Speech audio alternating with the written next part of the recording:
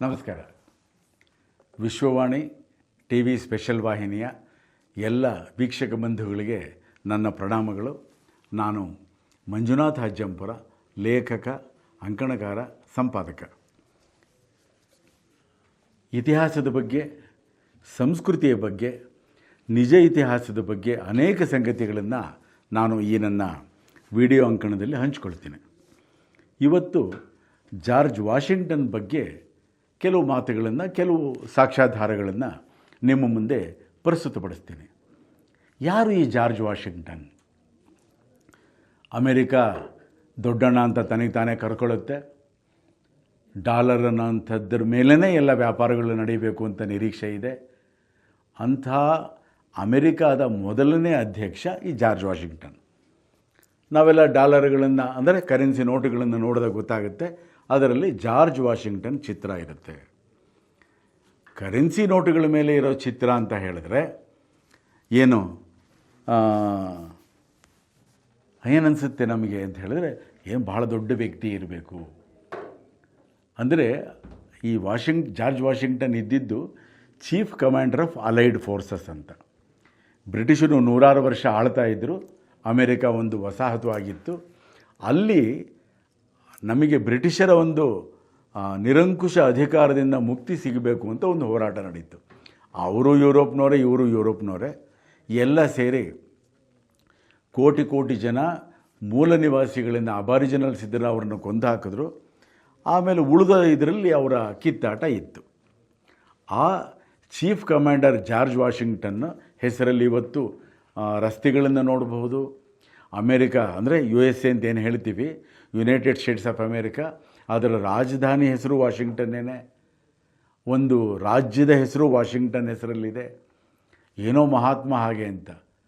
ಈ ಮನುಷ್ಯಂದು ಎಷ್ಟು ವಿಚಿತ್ರ ನೋಡಿ. ಅಲ್ಲಿ ಅಮೇರಿಕಾದಲ್ಲಿ ಮೌಂಟ್ ರಶ್ಮೋರ್ ಅಂತ ಇದೆ. ಒಂದು 100 ವರ್ಷಗಳ ಹಿಂದೆ ಒಂದು ಯೋಜನೆ ಪ್ರಾರಂಭ ಆಯಿತು. 4 ಜನ ಮಹನೀಯರದು ಅಲ್ಲಿ ದೊಡ್ಡ ದೊಡ್ಡ ಒಂದು ಮುಖಗಳನ್ನು ಕೆತ್ತಬೇಕು ಅಂತ. ಒಂದೊಂದು ಕೂಡ 60 ಅಡಿ ಎತ್ತರ. ಯಾರದ್ದಿದೆ? 4 ಜನರದ್ದಿದೆ. ಜಾರ್ಜ್ ವಾಷಿಂಗ್ಟನ್ ಮತ್ತು ಜೆಫರ್ಸನ್, ಅಬ್ರಹಾಂ ಲಿಂಕನ್ ಮತ್ತು 2ನೇ ಮಹಾಯುದ್ಧದ ಅವಧಿನಲ್ಲಿ ಅಧ್ಯಕ್ಷ ಆಗಿದ್ದ ರೂಸ್ವೆಲ್ಟ್ ಅಂತ. ಇದೆಲ್ಲ ನೋಡಿದಾಗ ಅನಿಸುತ್ತಲ್ವ, ಏನೋ ಮಹಾತ್ಮ ಇರಬೇಕು, ದೊಡ್ಡ ಮನುಷ್ಯ ಇರಬೇಕು ಹಾಗೆ ಅಂತ. ಆದರೆ ಏನೊಂದು ಈ ಮನುಷ್ಯ ಕೆಲಸ ಮಾಡಿದ್ದು ಅಂತ ಹೇಳಿದರೆ, ಅಲ್ಲಿನ ಮೂಲ ನಿವಾಸಿಗಳ ಹತ್ಯೆ, ಭಯಾನಕವಾದ ಹತ್ಯೆ. ಯಾರು ಮೂಲ ನಿವಾಸಿಗಳು? ಉತ್ತರ ಅಮೇರಿಕಾ ಆಗ್ಬೋದು, ದಕ್ಷಿಣ ಅಮೇರಿಕಾ ಆಗ್ಬೋದು. 15, 16, 17 ಸಾವಿರ ವರ್ಷಗಳ ಹಿಂದೆ ಅಲ್ಲಿ ಹೋಗಿ ಅವರು ಅಲ್ಲಿ ಖಾಲಿ ಇದ್ದ ಜಾಗಗಳಲ್ಲಿ ಅವರು ಒಂದು ದೊಡ್ಡದೊಂದು ರಾಜ್ಯವನ್ನು, ಅನೇಕ ರಾಜ್ಯಗಳನ್ನು ಅವರು ಸಂಸ್ಕೃತಿಗಳಿಂದ ಪ್ರಾರಂಭ ಮಾಡಿದ್ರು. ಇನ್ಕಾ ಸಂಸ್ಕೃತಿ ಆಗ್ಬೋದು, ಅಜ್ಟೆಕ್ ಸಂಸ್ಕೃತಿ ಆಗ್ಬೋದು, ಮಯನ್ ಸಂಸ್ಕೃತಿ ಆಗ್ಬೋದು. ಈ ಥರ 1-2 ಅಲ್ಲ, 100 ಸಂಸ್ಕೃತಿಗಳಿದ್ವು. ಉತ್ತರ ಧ್ರುವದಿಂದ ದಕ್ಷಿಣ ಧ್ರುವದವರೆಗೆ 16,000 ಕಿಲೋಮೀಟರ್ ಅಂತರದಲ್ಲಿ ಅನೇಕ ಈ ರೀತಿ ರಾಜ್ಯಗಳಿದ್ವು. ಕೋಟಿ ಕೋಟಿ ಜನ ಅಲ್ಲಿ ವಾಸ ಮಾಡ್ತಾಯಿದ್ರು. 15, 16, 17ನೇ ಶತಮಾನಗಳಲ್ಲಿ ಅಲ್ಲಿದ್ದ ಈ ಮೂಲ ನಿವಾಸಿಗಳನ್ನು ಕೊಚ್ಚಿ ಹಾಕಿದ್ರು. ಮತದ ಹೆಸರಲ್ಲಿ ಕೊಚ್ಚಿ ಹಾಕಿದ್ರು. ಮತ್ತು ಅವ್ರ ಹತ್ರ ಏನೊಂದು ಚಿನ್ನ ಇತ್ತು ಅದನ್ನು ಲೂಟಿ ಮಾಡೋದಕ್ಕೋಸ್ಕರ ಕೊಚ್ಚಿ ಹಾಕಿದ್ರು. ಇವರ ಕೆಟ್ಟ ರೋಗಗಳನ್ನು ಹರಡಿ ಕೊಂದು ಹಾಕಿದ್ರು. ಅದರಲ್ಲಿ ಈ ಮಹಾಶಯ ಜಾರ್ಜ್ ವಾಷಿಂಗ್ಟನ್ ಕೂಡ ಒಬ್ಬ. ಅವನು 1789ರಿಂದ 1797ರವರೆಗೆ ಅವನು ಅಧ್ಯಕ್ಷ ಆಗಿದ್ದ, ಮೊದಲ ಅಧ್ಯಕ್ಷ ಹಾಗೆ ಅಂತ. ಅವನದೊಂದು ಬಹಳ ಚಂದದ ನುಡಿಯೊಂದನ್ನು ನಾನು ನಿಮಗೆ ಹೇಳ್ತೀನಿ. ಏನು ಹೇಳ್ದ ಅವನು? ಮೂಲ ನಿವಾಸಿಗಳಿಗೆ ಸಂಬಂಧಪಟ್ಟ ಹಾಗೆ, ಈ ಮೂಲ ನಿವಾಸಿಗಳ ಅಂದರೆ ಯಾರು ಅಮೇರಿಕಾದ ಮೂಲ ನಿವಾಸಿಗಳಿದ್ರೋ, ಅಬಾರಿಜಿನಲ್ಸ್ ಇದ್ರೋ, ಅವರು ಎಲ್ಲ ನೆಲೆಗಳನ್ನು ಪೂರ್ಣವಾಗಿ ಧ್ವಂಸ ಮಾಡಿ ಅವರನ್ನು ಅಲ್ಲಿ ಇಲ್ಲಿ ಓಡಿಸಬೇಡಿ, ಚದುರಿಸಬೇಡಿ, ಎಲ್ಲರನ್ನು ಕೊಂದು ಹಾಕಿ. ಎಲ್ಲರೂ ನಾಶವಾಗುವ ಮೊದಲು ಯಾವುದೇ ಶಾಂತಿ ಸೌಹಾರ್ದ ಸ್ಥಾಪನೆಯ ಮಾತುಕತೆಗಳಿಗೆ ಅವಕಾಶ ಬೇಡ. ಆ ಮೂಲ ನಿವಾಸಿಗಳನ್ನು, ಸ್ಥಳೀಯರನ್ನು ಕೊಂದು ಹಾಕಿ ಪೂರ್ಣವಾಗಿ ನಾಶ ಮಾಡಿ. ಎಲ್ಲೂ ಕೂಡ ಅಲ್ಲಿ ಇಲ್ಲಿ ಓಡೋಗಬಾರ್ದು, ಸಾಯಲೇಬೇಕು ಅವರು. ಯಾರವರು? ಮೂಲ ನಿವಾಸಿಗಳು. ಮಾತುಕತೆ ಕೂಡ ಬೇಡ. ಇದನ್ನು ಹೇಳಿದ ಸಜ್ಜನ ಈ ಜಾರ್ಜ್ ವಾಷಿಂಗ್ಟನ್.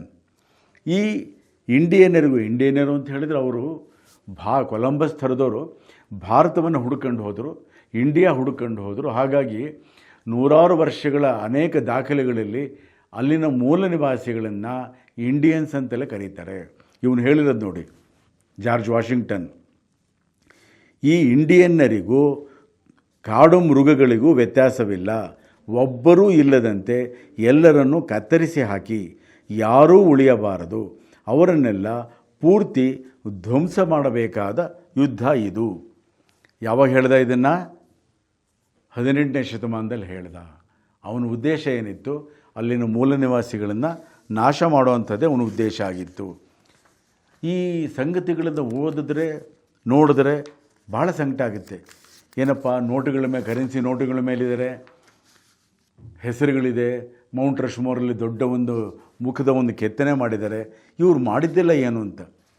ಅವನ ಮೇಜರ್ ಜನರಲ್ ಒಬ್ಬ ಇದ್ದ ವಾಷಿಂಗ್ಟನ್ಗೆ, ಸಲವನ್ ಅಂತ. ಅವನಿಗೆ 1779ರಲ್ಲಿ ಹೇಳಿದ್ದು ಈ ಏನು ನುಡಿಗಳನ್ನು ನಾನು ನಿಮಗೆ ಹೇಳಿದೆ ಅದನ್ನು ಹೇಳ್ದ. ಎಲ್ಲರನ್ನೂ ಕೂಡ ಕತ್ತರಿಸಾಕಿದ್ರು. ಒಬ್ಬ ದೊಡ್ಡ ಲೇಖಕ ಇದ್ದಾನೆ, ಡ್ರಿನ್ನನ್ ಅಂತ. ಅವನು ಫೇಸಿಂಗ್ ವೆಸ್ಟ್ ಅಂತ ಒಂದು ಅದ್ಭುತವಾದ ಒಂದು ಗ್ರಂಥವನ್ನು ಬರೆದಿದ್ದಾನೆ. ಅದರ ಪುಟಗಳಲ್ಲಿ 331, 332, 365ರಲ್ಲಿ ಈ ದಾಖಲೆಗಳಿವೆ. ಯಾಕೆ ಈ ಪುಟ ಸಂಖ್ಯೆಗಳನ್ನು ಕೊಡ್ತೀನಿ ಅಂತ ಹೇಳಿದ್ರೆ, ಅನೇಕ ಗ್ರಂಥಗಳಲ್ಲಿ ನಮಗೆ ಮೂಲ ಸಾಕ್ಷ್ಯಾಧಾರಗಳು ಸಿಕ್ಕುತ್ತೆ. ಕರೆನ್ಸಿ ನೋಟುಗಳ ಮೇಲಾದರೂ ಇರಲಿ, ರಾಜಧಾನಿ ಹೆಸರಾದರೂ ಇರಲಿ, ಇವನು ಮಾಡಿದ್ದೇನು ಅದರ ಒಂದು ದಾಖಲೆಗಳಿದೆ. ಅವರೇ ದಾಖಲೆ ಮಾಡಿ ಬರೆದಿಟ್ಟಿರೋವಂಥದ್ದು. ಎಷ್ಟು ನೋವಾಗುತ್ತೆ ಅಂತ ಹೇಳಿದ್ರೆ, ಏನು ಈ ಸೈನಿಕರಿದ್ದರು ಅಂದರೆ ಜಾರ್ಜ್ ವಾಷಿಂಗ್ಟನ್ ಸೈನಿಕರೇನಿದ್ದರು ಅವರೆಲ್ಲ ಏನು ಮಾಡಿದ್ರು, ಆ ಮೂಲ ನಿವಾಸಿಗಳ ದೇಹಗಳ ಕೆಳ ಅರ್ಧ ಭಾಗಗಳ ಚರ್ಮಗಳನ್ನು ಹರಿದು ಕಿತ್ತೆಳೆದು ತಮ್ಮ ಬೂಟುಗಳಿಗೆ ಲೆಗಿಂಗ್ಸ್ ಅದಕ್ಕೆ ಬಳಸ್ಕೊಂಡ್ರು. ಈ ಮೂಲ ನಿವಾಸಿಗಳು ಯಾರಿದ್ದರು, ಅಲ್ಲೇ ಹುಟ್ಟು ಬೆಳೆದವ್ರು ಯಾರಿದ್ದರು, ಯಾರ ರಾಜ್ಯ ಆಗಿತ್ತು ಅವ್ರನ್ನ ಕತ್ತರಿಸಿ ಹಾಕಿದ್ದಲ್ದಲೆ ಅವರ ಚರ್ಮ ಸುಲಿದುಬಿಟ್ಟು ಇವರು ಲೆಗ್ಗಿಂಗ್ಸ್ ಮಾಡಿಕೊಂಡ್ರು. ಎಷ್ಟು ಭಯಂಕರ! ಇದನ್ನು ನಂಬೋದಕ್ಕೆ ಆಗೋದಿಲ್ಲ, ಅಷ್ಟು ಭಯಂಕರವಾಗಿದೆ. 1792ರಲ್ಲಿ ಲಕ್ಷಾಂತರ ಜನ ಈ ರೀತಿ ಹತ್ಯೆ ಆದ ನಂತರ ಕೆಲವರು ಉಳಿದಿದ್ದರು. ಯಾರು? ಮೂಲ ನಿವಾಸಿಗಳು. ಒಬ್ಬ ಮೂಲ ನಿವಾಸಿ ವಾಷಿಂಗ್ಟನ್ಗೆ ಹೇಳ್ತಾನೆ, ಅವನ ಮುಖಕ್ಕೆ ಅವನ ಎದುರಿಗೆ ಹೇಳ್ತಾನೆ, ನೀನೇನು ಕಲ್ಯಾಣ ಕಾರ್ಯ ಮಾಡಿದೆಯಾ ಹಾಗೆ ಅಂತ ಹೇಳ್ತಾನೆ.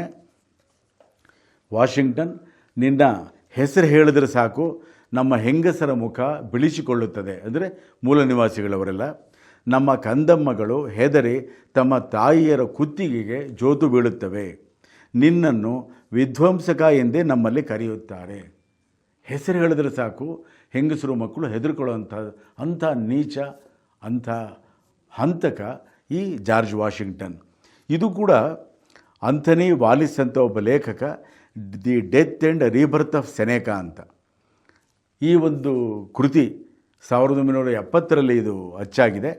ಈ ಕೃತಿಯ 141ರಿಂದ 144ನೇ ಪುಟಗಳಲ್ಲಿ ಈ ದಾಖಲೆಗಳಿದೆ. ಎಷ್ಟು ಭಯಂಕರ ಅಂತ ಹೇಳಿದ್ರೆ, ಅಮೇರಿಕಾ ಆಗ್ಬೋದು, ಅಲಾಸ್ಕಾ ಆಗ್ಬೋದು, ಆಸ್ಟ್ರೇಲಿಯಾ ಆಗ್ಬೋದು, ಆಫ್ರಿಕಾ ಆಗ್ಬೋದು, ಈ ಎಲ್ಲ ದೇಶಗಳಲ್ಲಿ, ಎಲ್ಲ ಖಂಡಗಳಲ್ಲಿ ಈ ಐರೋಪ್ಯ ಈ ದುರುಳರೇನಿದ್ದಾರೆ ಭಯಾನಕವಾದ ಹತ್ಯಾಕಾಂಡ ನಡೆಸಿದ್ರು. ಇವ್ರ ಹೆಸರಲ್ಲಿ ರಾಜಧಾನಿ ಇದೆ ಅಂತಲೋ, ಇವರ ಹೆಸರಲ್ಲಿ ಏನೋ ಬೀದಿಗಳ ಹೆಸರಿದೆ, ವೃತ್ತಗಳ ಹೆಸರಿದೆ, ಕರೆನ್ಸಿ ನೋಟಲ್ಲಿ ಚಿತ್ರಗಳಿದೆ ಅಂತ ಅಂದ್ಬಿಟ್ಟು ನಾವೇನಾದರೂ ಕೂಡ ಇವರನ್ನು ದೊಡ್ಡವರು, ಮಹಾತ್ಮರು ಅಂತಂದರೆ ನಾವು ಅಜ್ಞಾನಿಗಳು ಅಂತ ಅರ್ಥ. ಇದು ಜಾರ್ಜ್ ವಾಷಿಂಗ್ಟನ್ಗೆ ಸಂಬಂಧಪಟ್ಟ ಹಾಗೆ ಹಲವಾರು ಸಾಕ್ಷ್ಯಾಧಾರಗಳು. ಈ ವಿವರಗಳನ್ನು ಓದಿದ್ರೆ ತುಂಬ ಸಂಕಟ ಆಗುತ್ತೆ. ಆ ಮೂಲ ನಿವಾಸಿಗಳು ಯಾವ ತಪ್ಪು ಇಲ್ಲದೆ ಈ ಒಂದು ಹತ್ಯಾಕಾಂಡಕ್ಕೆ ಒಂದು ಹಿಂಸೆಗೆ ಬಲಿಯಾಗಬೇಕಾಯ್ತಲ್ಲ ಹಾಗೆ ಅಂತ. ನಮಸ್ಕಾರ ಬಂಧುಗಳೇ. ಇಂಟ್ರೆಸ್ಟಿಂಗ್ ಮತ್ತು ಇನ್ಫಾರ್ಮೇಟಿವ್ ವಿಡಿಯೋಗಳನ್ನು ಮಿಸ್ ಮಾಡ್ಕೋಬೇಡಿ. ಈಗಲೇ ಸಬ್ಸ್ಕ್ರೈಬ್ ಮಾಡಿ.